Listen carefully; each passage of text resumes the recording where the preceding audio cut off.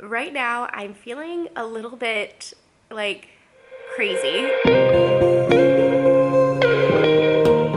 Hey guys, my name is Lisa and my husband Peter and I are foster parents and we make weekly videos about foster care, so make sure to subscribe if you are not already. Okay, so we are doing respite for a little while before we take long-term placements again. And this coming weekend, we said yes to taking two of our friends' foster kiddos, and they are 15 months and 6 weeks old, so littles. And I was already nervous about like the baby and just, I don't know, because it just young little kids, and I'm like, how many times is he gonna wake up, during the night and all of that. And so I was definitely nervous about that. And so one of the people that we had connected through the summer by doing respite actually reached out to me yesterday and said, hey, would you guys be willing to take a 17-year-old? It's been an emergency removal. I've had her for a couple of days, but we're going out of town and she needs to go someplace else. And at first I said no, because I knew that the other kiddos were gonna be coming in the weekend. And I just could not let this nagging like out of my head. And I was like, I need to just say yes. Like, we will figure out the situation, like, because we have 2 bedrooms upstairs and our bedroom. And I had been thinking that, for like the 2 younger kids, I was gonna put them in 2 different bedrooms. And I thought about it and I was like, okay, the baby can be in our room, especially since we will have to be waking up in the middle of the night anyways to feed the baby. One kid will be upstairs, 15-month-old, and then the 17-year-old will also be upstairs. So I said yes. And like I said no. I said complete like no at first, and then I was just thinking about it. So I told my friend yes, and then she reached out to the caseworker who I thought would get a hold of me yesterday. Did not. It was in the evening, so it was after working hours. But I thought still 8 o'clock maybe they would reach out to us, but I got reached out to at like 10 o'clock today for the first time. And anyways, so she will be here in an hour. And I think what makes me like so nervous is, I don't know, like every single time you say yes, and the unknown, there's just nerves. Like for a kiddo that's with respite care, you're gonna be able to get some background information on them because there's more known about them, right? This child has only been in care for a couple of days, and so there's not much known about her. It sounds like she's super sweet, super polite, and yeah, so I asked a lot of questions on the phone. The person who called me, she was like, oh my goodness, you are very thorough. And she could see that we're like open to sibling groups. And she's like, whenever I get a sibling group of 5, I'm definitely gonna be calling you. So it was really funny. So I connected really well with the person I was talking to on the phone. I asked questions that we learned from our first time, and we had no idea what questions to ask. So I asked, had she ever been in care before? I asked what was the reason for removal.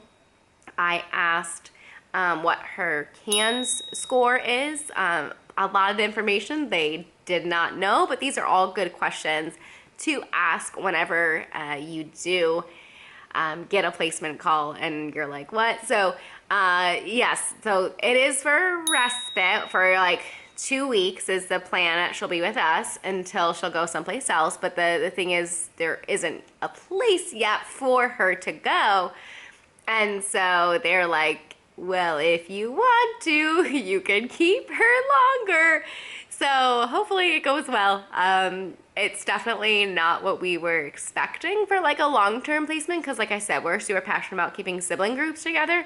And we know that like if one of her rooms is taken, then, yes, I can put other kids with her, like I could put other girls with her, but then it would be different families. And I mean, we did that throughout the summer with respite, and it was fine. I just haven't done that yet instead of my home that way when we have had placements. So it just, I don't know. I'm pretty nervous. My husband, though, like, he is as chill as ever. He's like, yeah, if you feel like you can do it, just say yes. Because he knows that like I'll be the one most of the time like during the day. But for the weekends and the evenings, like he is so hands-on and so helpful. Like I could not say yes without him. And so yeah, he's like, yeah, do it. So we rearranged the room upstairs. I guess I'll go show it to you. But yeah, just asking questions on the phone. Try to get as much information as you can before you say yes. They may not know information, but always ask the reason for removal. If they're on any certain medications, they would probably know that. I also asked if she'd already been taken to the doctor, because I do know when someone is removed, they have to be taken to the doctor within a short amount of time. And this lady who had her for a couple of days already to take her to the doctor, so I don't have to do that. But I did ask if they have a clothing voucher. And so probably later today or tomorrow, I'll go take her shopping to Burlington. I've made a whole video about that. In the state of Indiana, we get $200 clothing allowance, and that's only at initial removal.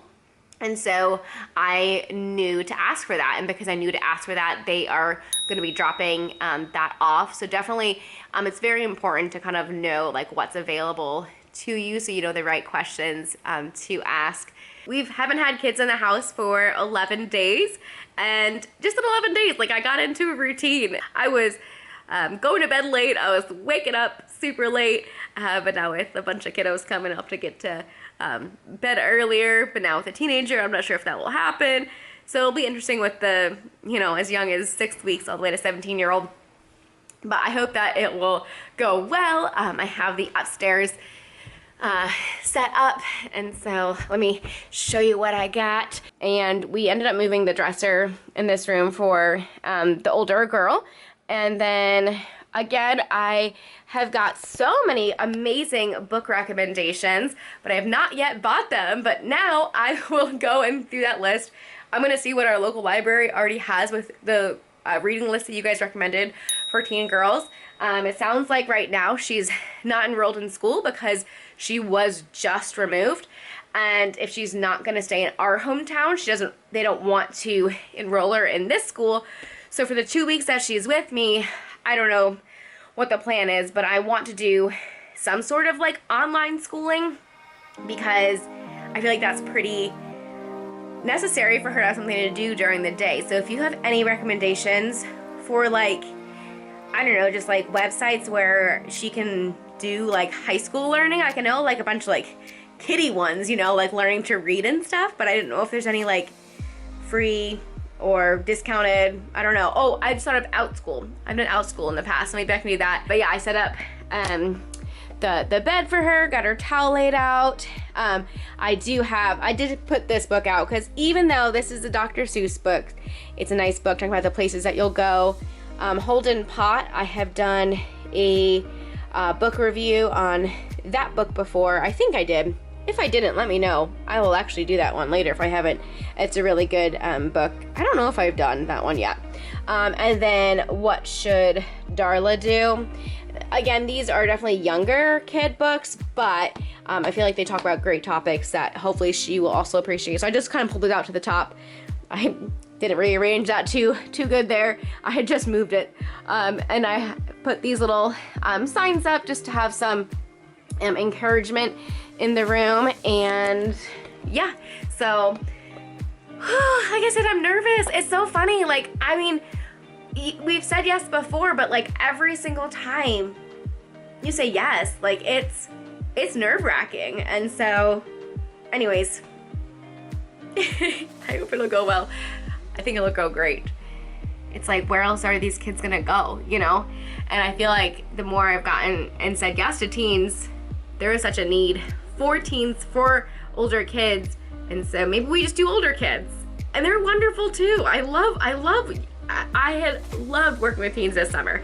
And having them in the house. So maybe we just switch to a teenage house? I don't know. Now I'm rambling. But like I said, we will have old kids and young kids this weekend. So I'll be a little crazy. So I'm excited. And I'm done rambling now. Thanks for watching. Subscribe if you're not already. And we will see you in the next video. Bye guys.